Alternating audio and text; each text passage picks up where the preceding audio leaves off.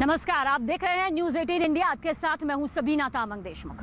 पराली, प्रदूषण, पॉलिटिक्स, यही चल रहा है और इंसानी जिंदगियों का दम घुटता जा रहा है। इस वक्त मैं खुद मौजूद हूं एक ऐसे धान के खेत में जहां पराली जलाई गई है और आप अगर मेरे आसपास देखेंगे तो आपको नजर आएगा, या फिर कितना देख पा रहे होंगे, लेकिन हम महसूस कर पा रहे हैं उस जहरीले धुएं को जिसके बीच से बोल पाना, खड़ा रह पाना भी बेहद मुश्किल हो जाता है। लेकिन सबसे पहले, क्योंकि दिल्ली एनसीआर इस वक्त जहरीली हवा की वजह से जिस तरह से प्रताड़ित हो रहा है, जिस तरह से दर्द झेलने को मजबूर है, उसके पीछे की पूरी कहानी यहाँ पर समझनी होगी। यानी कि पराली का पूरा पर्दाफाश यहाँ पर होगा और आखिर क्यों इस तरह के ये पूरे माहौल यहाँ पर बनते जा रहे हैं, पूरी डिटेल के साथ हर तस्वीर न्यूज 18 इंडिया आज आप तक पहुंचाने जा रहा है। लेकिन सबसे पहले मैं चाहूंगी अपने कैमरा पर्सन दिनेश से ये कहना कि जरा इन परालियों को दिखाए। दरअसल बहुत से लोग हैं जिन्हें समझ नहीं आ पाता कि आखिर किस तरह से ये पराली होती है, किस तरह से ये जलाई जाती है, आखिर किस तरह से ये पूरा इसका असर होता है। पर इस बीच एक और खबर समझ लेनी जरूरी है। पूरी डिटेल के साथ आपको बताऊंगी कि किस तरह से ये पराली कटती है, किस तरह से ये जलाई जाती है, किस तरह से इसकी जड़ें इतनी मजबूत होती हैं कि इन्हें नीचे से नहीं काटा जा पाता है, क्योंकि अब मशीनों के जरिए इन्हें काटा जाता है। पर यमुना का पानी भी, यमुना का जल भी प्रदूषित हो चुका है। हालांकि ये कोई नई बात नहीं है, करोड़ों रुपए के प्रोजेक्ट यमुना की सफाई में बरसों से लगे आ रहे हैं। लेकिन छठ पूजा की जिस तरह की तस्वीर सामने आई और जो व्रती महिलाएं उसमें डुबकी लगाती नजर आई, जो आस्था से भरे भक्त डुबकी लगाते नजर आए उस जहरीले पानी में, जिसमें अमोनिया का जलस्तर कितना बढ़ गया और उसकी वजह से दिक्कतें जो हैं वो यहाँ पर इतनी ज्यादा बढ़ गई कि जो झाग यहाँ पर दिखाई दे रहा था बर्फ की तरह, सफेद चादर की तरह, वो यहाँ पर दिक्कतें करता रहा था। ये तस्वीर भी आप तक लगातार पहुंचा रहे हैं। और दिल्ली की जो हवा है वो कितनी जहरीली हो चुकी है, किस वजह से जहरीली हो रही है, किन किन वजहों को चलते ये हवा जो है वो दिक्कतें पैदा इंसानी जिंदगी पर कर रही है। फेफड़ों में यहाँ पर दिक्कतें सामने आ रही है, सांस लेने में बाहर निकलने वाले लोगों को परेशानी हो रही है, आंखों में जलन हो रही है, चेहरे पर लाल रंग के चकत्ते यहाँ पर आ रहे हैं, जिन्हें अस्थमा की प्रॉब्लम है, जो गर्भवती महिलाएं हैं, जो बुजुर्ग हैं, जो छोटे बच्चे हैं, यानी कि 10 साल से कम उम्र के बच्चों पर तो सबसे ज्यादा इनका असर होता है, जो दिल के मरीज हैं, जिन्हें सांस लेने में ब्रीदिंग प्रॉब्लम होती है, उनके लिए यह हवा और भी जहरीली हो जाती है। और जिनका इम्यून सिस्टम कमजोर है उन पर तो सबसे पहले कोई भी बीमारी अटैक करती है। लेकिन देखिए, ये पराली यहाँ पर जली हुई है। मैं चाहूंगी कि इस तस्वीर को यहाँ पर जरूर दिखाया जाए। इसकी गर्माइश से अंदाजा लगाया जा सकता है कि बहुत ज्यादा वक्त इस पराली को भी जलाए हुए नहीं हुआ, यानी कि रात के वक्त ये जली होगी। ये जरूर बता दें कि पराली को जलाने का जो काम है वो अमूमन रात के वक्त किया जाता है, गुप अंधेरे में किया जाता है, ताकि किसी को इसकी भनक ना लगे। क्योंकि सुप्रीम कोर्ट भी लगातार सख्ती से ये कहता रहा है, आदेश देता रहा है कि पराली नहीं जलाई जानी चाहिए और इस पर एक भारी जुर्माना भी यहाँ पर संबंधित विभाग के जरिए तय किया गया है। ऐसे में ये पराली जो इस वक्त जलाई गई है, इसकी गर्माइश से यहाँ पर अंदाजा लगा सकते हैं कि ये रात के वक्त जलाई गई है। कुछ हिस्सा अभी भी यहाँ पर गर्माइश देता हुआ नजर आता है हमें, जिसका अंदाजा हम यहाँ से लगा सकते हैं।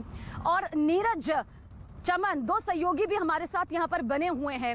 सबसे पहले नीरज, आपकी तरफ यहाँ पर रुख करेंगे। जहरीली हवा इंसान का दम घोट रही है जो दिल्ली एनसीआर में रहने वाले लोग हैं। इस वक्त हम खुद ऐसी जगह पर मौजूद हैं जो कि पूरी परालियों से भरा हुआ है, जहां कुछ हिस्से परालियों के जलाए गए हैं। कितनी ज्यादा दिक्कतें यहाँ पर इंसानों को हो रही है और क्या कुछ लग रहा है। पराली, प्रदूषण और पॉलिटिक्स, ये सब एक दूसरे से जुड़कर बाहर आ रहे हैं, लेकिन समस्या का जो समाधान है बस वो निकलता अभी तक नजर नहीं आ रहा। सबीना, बिल्कुल समस्या का समाधान नजर नहीं आता। इस वक्त हम लोग दिल्ली से 300 किलोमीटर दूर पंजाब और हरियाणा के बॉर्डर पे है, हरियाणा की सीमा के अंदर है, फतेहाबाद जिले में। और अभी जब हम लोग दिल्ली से आ रहे थे तो पूरे इलाके में एक लंबा पैच था जहां आपको जली हुई पराली दिखेगी। फतेहाबाद के एक गांव में हम लोग हैं इस वक्त और आपको दिख रहा होगा कि जहां तक आपकी नजर जाएगी वहां तक पराली जली हुई है। आप अपने कैमरा पर्सन अनिल से कहेंगे, आप देख सकती हैं ये पूरा किस तरह से पैचेज में पराली को जलाया गया है। 1 से 2 दिन पहले की जली हुई ये पराली है और दूर दूर तक आपको जहां तक नजर जाएगी, कैमरे का लेंस, कैमरा जहां तक फोकस कर रहा है वहां पराली जली हुई है। और पूरे रास्ते भर, यानी जब हम फतेहाबाद जिले में प्रवेश किए उसके बाद जब मानसा यहां से महज 1.5 किलोमीटर की दूरी पे है, उसकी सीमा शुरू हो जाती है। मानसा जिला है पंजाब में, तो ये पूरा पैच है, वहां पराली जलाने की घटनाएं लगातार हो रही है। फतेहाबाद में पिछली बार की तुलना में हालांकि कम घटनाएं हुई हैं इस तरह की पराली जलाने की, लेकिन अभी भी बढ़ी है। पिछली बार हाल के वक्त में बढ़ी है दीपावली के बाद, और इसीलिए फतेहाबाद में भी प्रदूषण की समस्या बढ़ी है। लेकिन देश की सबसे बड़ी समस्या अभी हाल में जो देखा जा रहा है कि देश की राजधानी दिल्ली में जो प्रदूषण बढ़ा है दीपावली के आसपास के दिनों से, उसकी एक महत्वपूर्ण वजह यह भी है कि पंजाब हरियाणा में जलाई जा रही पराली। बिल्कुल चमन, आपके पास भी आएंगे, लेकिन इस बीच हम आपको ये भी बता दें कि पंजाब के भी काफी ज्यादातर हिस्से ऐसे हैं जहां पर पराली जलाई जा रही है। हर साल रिपोर्ट भी यहां पर बनती है कि आखिर पराली की जो घटनाएं हैं, तस्वीरें जो हैं वो किन किन इलाकों से ज्यादा सामने आई है। और तस्वीर हम आप तक पहुंचा इसलिए रहे हैं क्योंकि ये जली हुई जो पराली है, माना जाता है कि यही दिल्ली एनसीआर की जो हवा है उसमें जहर घोलती है। किसान कहते हैं कि हमारे सामने मजबूरी, हम कुछ नहीं कर सकते। लेकिन देखिए, इस बीच एक बात मैं आपको जरूर बताना चाहूंगी। एक वक्त वो हुआ करता था, बहुत ज्यादा पुरानी नहीं है पराली की समस्या। एक वक्त वो हुआ करता था जब किसान अपने हाथों से, हसिया जो होता है अमूमन हर कोई जानता है, उससे इस धान के खेत को काटा जाता था। वक्त बहुत ज्यादा लंबा लगता था, उनका मेहनत बहुत ज्यादा लगती थी। उसके बाद तकनीक आई, मशीनों से इन्हें काटा जाने लगा। अब जब खुद हाथ से काटा जाता था, दिनेश मैं चाहूंगी आप जरूर दिखाएं, जब हाथ से काटा जाता था हसिये से, तो बिल्कुल एंड यानी कि जो अंत है वहां तक काटा जाता था। और इससे क्या होता था कि आपको पराली को जलाने की जरूरत नहीं पड़ती थी। लेकिन जब मशीनें सामने आई, काम आसान हो गया, मेहनत यहां पर कम लगने लगी और पराली जो है यानी धान की जो खेत है, फसल है, वो यहां से काटी जाने लगी। यानी कि आप देखिए, इसे जलाना जरूरी यहां पर किसानों के लिए इसलिए हो जाता है क्योंकि वो जानते हैं कि अब गेहूं की बुआई भी करनी है। अगर वो बुआई नहीं होगी तो उनकी आमदनी यहां पर नहीं आएगी। दिक्कतें यहां पर, और केंद्र सरकार की तरफ से अगर पिछले 4 सालों का भी जिक्र करें तो 2000 करोड़ से ज्यादा का जो बजट है राज्यवार तरीके से बांटा गया है। लेकिन सवाल यह खड़ा होता है कि आखिर वो पैसा जाता कहां है। सवाल यह खड़ा होता है कि प्रदूषण के नाम पर से पटाखों को ही टारगेट क्यों किया जाता है। सवाल यह खड़ा होता है कि आखिर इसका समाधान निश्चित तौर पर क्यों नहीं आता। चमन हमारे साथ बने हुए हैं। चमन, हम चाहेंगे कि आप कौन से इलाके में बने हुए हैं, वहां किस तरह से पराली की जलाने को लेकर खबरें सामने आ रही है, जो बातें आप यहां पर किसानों से कर रहे हैं, जो बातें आप यहां पर जनप्रतिनिधियों से कर रहे हैं, क्या कोई सीधा जवाब यहां पर देता हुआ नजर आता है? क्योंकि समस्या का समाधान तो फिलहाल दूर दूर तक दिखाई नहीं दे रहा। बस प्रदूषण और प्रदूषण की वो मोटी परत जिस पर इंसानी जिंदगी जीने को मजबूर है, वो दिखाई देती है।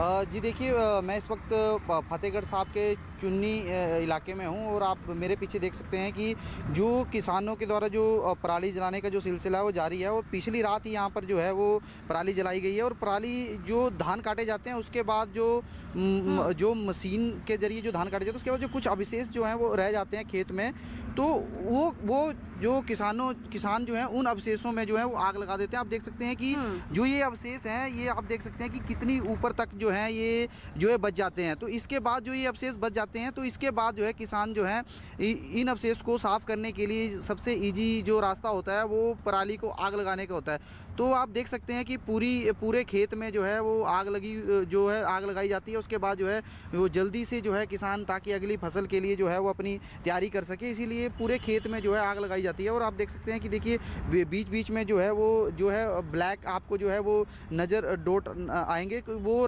बीती रात ही जो है पराली जलाई गई थी यहाँ पर। और आप देख सकते हैं कि किस तरह से जो है वो पराली के जो अवशेष हैं जो वो रह जाते हैं, उसी पर जो है किसान आग लगाते हैं ताकि जल्दी से जो है उनको जो है वो उस पर जो है खेत साफ करने का जो है टाइम मिल जाएगा। और अगली फसल भी कुछ ही दिनों में जो है वो आपके पास आएंगे, आगे यहाँ पर जरूर बढ़ेंगे कि आखिर क्या कुछ दिल्ली सरकार ने एक दिन पहले केंद्र सरकार को चिट्ठी लिखी है, इस पर पूरी डिटेल यहाँ पर जरूर देंगे। लेकिन कुछ लोगों के सवाल जो जब मैं यहाँ पर आ रही थी तो उससे पहले पूछे गए, क्योंकि शहरी लोगों को अमूमन तस्वीरों में तो दिखाई दे जाता है कि पराली क्या होती है, इसलिए कई बार वो एक नादानी में सवाल भी पूछ लेते हैं कि आखिर इन पराली को क्या हाथों से नहीं निकाला जा सकता। तो बिल्कुल नहीं, ये बेहद सख्त होते हैं, ये जमीन की जड़ से इस कदर जुड़े होते हैं कि इन्हें इस तरह से पूरी जोर के साथ निकाल पाना बहुत मुश्किल होता है। इसलिए जब मशीनों से काटा जाता है तो जैसा कि चमन भी बता रहे हैं, जैसा कि नीरज भी बता रहे हैं, ये जड़ों से इस तरह जमीन में जुड़ी होती है कि बहुत मुश्किल होता है। इसलिए हाथों से निकालना मुमकिन नहीं होता। बहुत जल्द इन्हें जलाने का काम किया जाता है, लेकिन भारी जुर्माना है। एकड़ के हिसाब से, कितने एकड़ पर कितना जला रहे हैं उसके हिसाब से जुर्माना है। क्या बजट पास किया गया, इसके बारे में भी बताएंगे, क्योंकि हर पहलू को बताना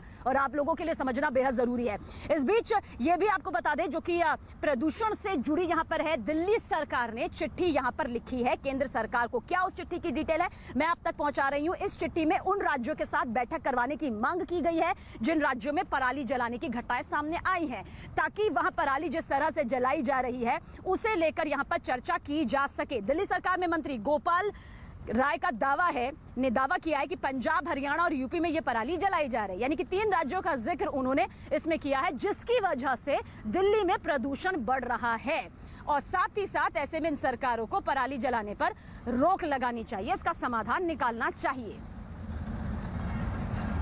दिल्ली के अंदर जो प्रदूषण का स्तर है वो बढ़ा हुआ है और उसका मुख्य जो अभी तक साइंटिस्ट का कहना है कि जो मुख्य वजह है कि पराली जलने की घटनाएं लगातार जो हैं वो बढ़ रही हैं, अभी उसमें कोई कमी नहीं आ रही है। इसीलिए हमने कल केंद्रीय पर्यावरण मंत्री जी से निवेदन किया है कि इसको लेकर के एक इमरजेंसी मीटिंग बुलाई जाए, जिससे कि पंजाब, हरियाणा, उत्तर प्रदेश की सरकारें इमरजेंसी मेजर लेकर के और पराली जलने की जो घटनाएं हैं उनको कम किया जा सके।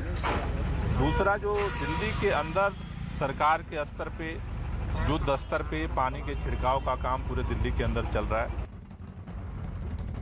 और प्रदूषण पर जुड़ी इस वक्त की एक बड़ी खबर हम आप तक पहुंचाने जा रहे हैं। दिल्ली सरकार दिवाली पर जलाए गए पटाखों को लेकर इस बैठक में चर्चा करेगी। दोपहर 12 बजे ये बैठक यहां पर होने वाली है। दरअसल दिवाली में जिस तरह से पटाखे जलाए गए, मनाही के बावजूद, सख्त मनाही के बावजूद, आखिर क्या कार्रवाई की गई, क्या एक्शन लिया गया, क्या तस्वीर इससे बनकर नजर आई, इन पर इस बैठक में चर्चा यहां पर की जाएगी। जानकारी आप तक यहां पर पहुंचा रहे हैं। और पराली को लेकर जिस तरह से प्रदूषण फैल रहा है उस मुद्दे को भी इस बैठक का हिस्सा बनाया जाएगा। जिस तरह की चिट्ठी यहां पर दिल्ली सरकार ने केंद्र सरकार को लिखकर बताई है कि ये वो राज्य है जहां पर लगातार पराली जलाने की वजह से हमारा प्रदूषण बिगड़ रहा है। और ऐसे में अब दोपहर 12 बजे होने वाली इस बैठक के लिए जानकारी के लिए हम अपने सहयोगी के पास जाएंगे। लेकिन इस बीच एक और बड़ी खबर हमारे पास आ रही है। केंद्रीय प्रदूषण नियंत्रण बोर्ड ने दिल्ली एनसीआर में प्रदूषण पर नियंत्रण के लिए जरूरी कदम उठाने के निर्देश दिए हैं। केंद्रीय प्रदूषण नियंत्रण बोर्ड ने सभी हॉट मिक्स प्लांट और प्रदूषण नियंत्रण जो कि स्टोन क्रशर बंद करने का आदेश दे दिया गया है, जिनसे प्रदूषण फैलता है, जो प्रदूषण बढ़ाने में अपनी भूमिका निभाते हैं। और साथ ही दिल्ली एनसीआर के सभी एजेंसियों को पब्लिक ट्रांसपोर्ट को बढ़ावा देने के लिए कम कीमतें तय करने को कहा है, ताकि लोग पब्लिक ट्रांसपोर्ट का ज्यादा इस्तेमाल करें। और साथ ही कोयला आधारित संयंत्रों की जगह गैस आधारित संयंत्रों से बिजली उत्पादन को बढ़ावा देने पर जोर की बात कही गई है। दीपक हमारे सहयोगी ज्यादा जानकारी के लिए हमारे साथ बने हुए हैं। दीपक, दोपहर 12 बजे एक बैठक होगी, इसके अलावा कुछ अहम फैसले यहां पर लिए जा रहे हैं। क्या तस्वीर यहां पर दिल्ली में प्रदूषण को लेकर दिल्ली सरकार की तरफ से कदम के तौर पर उठाई जाती हुई दिखाई दे रही है? क्योंकि प्रदूषण दिवाली के बाद घटा नहीं बल्कि और बढ़ता चला गया। दिल्ली में स्थिति इस वक्त बेहद खराब है। अगर प्रदूषण की बात की जाए, एयर क्वालिटी इंडेक्स की बात करें तो 400 के ऊपर आंकड़ा है। बेहद गंभीर श्रेणी में इस वक्त AQI दिखा रहा है। इस वजह से लगातार जो मीटिंग का दौर है वो भी चल रहा है। पर्यावरण मंत्री गोपाल राय ने मीटिंग बुलाई है, जिसमें तमाम अधिकारियों को बुलाया गया है। साफ तौर पर मीटिंग में ये देखा जाएगा कि पटाखों के बाद जिस तरीके का प्रदूषण बढ़ा है उसकी वजह क्या है, क्योंकि पटाखे पूरी तरह से बैन थे दिल्ली में, लेकिन तब भी लोगों ने पटाखे जलाए। उस पर क्या एक्शन लिया गया, इसको लेकर भी मीटिंग में बात की जाएगी। लेकिन साफ तौर पर कुछ नए जो निर्देश जारी हुए हैं उससे ये साफ हो गया है कि दिल्ली NCR पर पूरी तरह से CPCB की नजर है और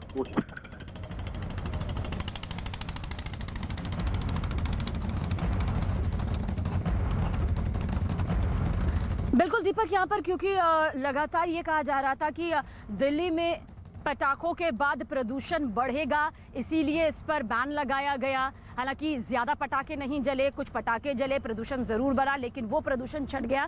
पर अब भी प्रदूषण का स्तर लगातार बढ़ रहा है। इसलिए इतना तो तय है कि दिल्ली में जो ये प्रदूषण बढ़ रहा है उसके पीछे की वजह सिर्फ और सिर्फ वो पटाखे नहीं है जिन्हें बार बार एक टारगेट के तौर पर किया जाता है, बल्कि और भी कई वजह है जिन्हें समझना और जिनका समाधान निकालना बेहद जरूरी हो जाता है। और हम तस्वीरें आप तक यहाँ पर लगातार पहुंचा रहे हैं। चारों तरफ जो धुंध यहाँ पर आई है है। दो तस्वीर इस वक्त आपके सामने मौजूद है, मोगा और पटियाला की तस्वीर है। देखिए, प्रदूषण के पीछे के उन तमाम कारणों को यहाँ पर समझना होगा जो इंसानी जिंदगी पर भारी पड़ रहा है, जो इंसान की औसतन उम्र को लगातार कम कर रहा है। कई सर्वे, कई रिपोर्ट सामने आ चुके हैं जो बताते हैं कि जो ये तस्वीरें इस वक्त आप देख रहे हैं वो किस तरह से प्रदूषण को बढ़ाने में एक ऐसी भूमिका निभाता है जिसे जल्द से जल्द खत्म करना जरूरी है। किसान कहते हैं पराली जलाना उनके लिए मजबूरी है, मशीन से इनकी कटाई करना उनके लिए मजबूरी है, क्योंकि अगर वो इसमें दिन रात जुट जाएंगे तो वक्त बीत जाएगा लेकिन वो इसकी कटाई नहीं कर पाएंगे। दिसंबर तक गेहूं की बुआई करनी भी बेहद जरूरी हो जाती है। अगर वो वक्त निकल जाएगा तो मौसम का जो रुख है वो बदल जाएगा,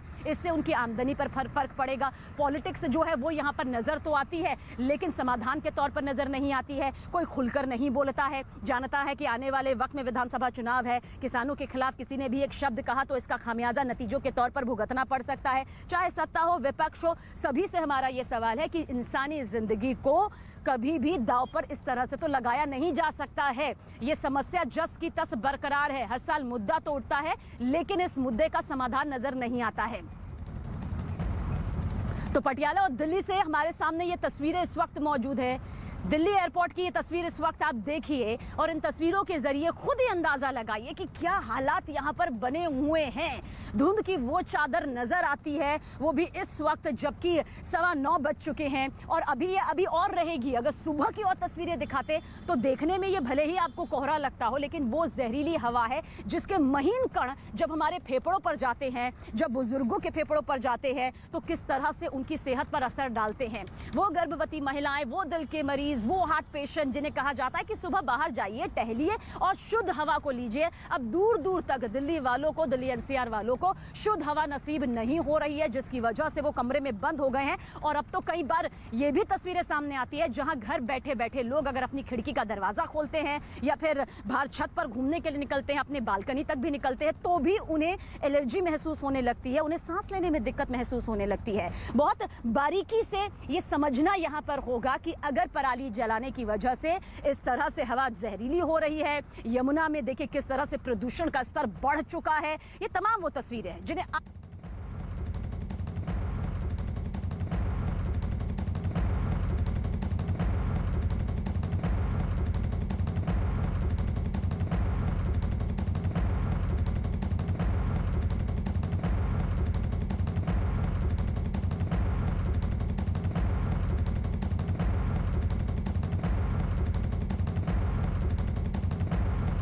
तीन मंजिला इमारत में तीसरी मंजिल में बच्चा वार्ड था जहां पर आग लग गई और इस आग लगने की वजह से 4 बच्चों की मौके पर ही मौत हो गई। हालांकि 36 बच्चों को बचाकर निकाल लिया गया है। खासी मशक्कत के बाद इस आग को बुझा लिया गया और हालांकि आग के कारणों का अभी तक पता नहीं चल पाया है। इस दौरान वहां भर्ती बच्चों को निकालकर दूसरे स्थानों पर भेज दिया गया है। और मनोज शर्मा इस वक्त हमारे साथ भोपाल से ही लाइव जुड़ गए हैं। मनोज, चाहेंगे अब काफी वक्त क्योंकि पूरी घटना को बीत चुका है, तस्वीरें अस्पताल के बाहर क्या हैं और अस्पताल के भीतर की तस्वीरें क्या हैं, एक बार दिखाइए।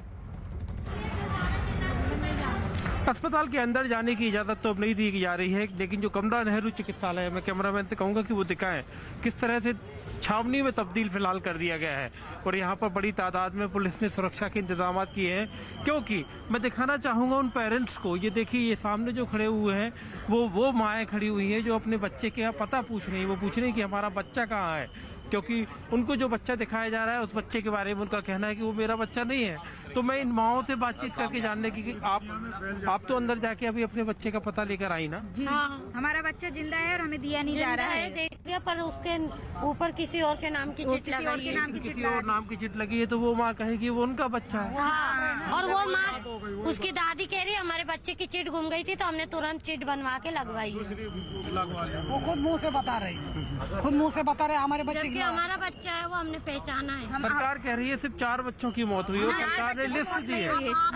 10-12 बच्चे खत्म हुए हैं और 4 बच्चों का बता रहे हैं। 4 बच्चे है ही नहीं, 10-12 बच्चे खत्म हुए। एक जन के तो दो जुड़वा बच्चे खत्म हुए, 2 जुड़वा बच्चे हुई थी उनकी। सब झूठ बोल रहे हैं, सब झूठ बोल रहे हैं। यहाँ फिलहाल सरकार एक बेटी है 8 साल की, वो कह रहे 4 बच्चों की मौत हुई है तो दिखा क्यों नहीं रहे? ओपन करो ना सारी चीजें। मीडिया वालों को अंदर जाने दो। हाथ नहीं लगा रहे हैं। क्यों नहीं जाने दे रहे? किस बात का डर है उन्हें? इस बात का डर है, देखिए फिलहाल ये आरोप लगाते हुए, और यहाँ पर इनका सीधा कहना है कि 4 बच्चों की मौत का जो आंकड़ा सरकार की तरफ से पेश किया जा रहा है वो आंकड़ा सही नहीं है। फिलहाल सारे लोग जाने की कोशिश करते हैं, माता पिता की अंदर जाकर कमला नेहरू चिकित्सालय में ये जानने की, अपने बच्चे को देख सकें, अपने बच्चे का चेहरा देख सकें, लेकिन यहाँ पर फिलहाल किसी को अंदर जाने की इजाजत अस्पताल के अंदर अब नहीं है। तीसरी मंजिल पर रात 9 बजे ये वाकया हुआ था।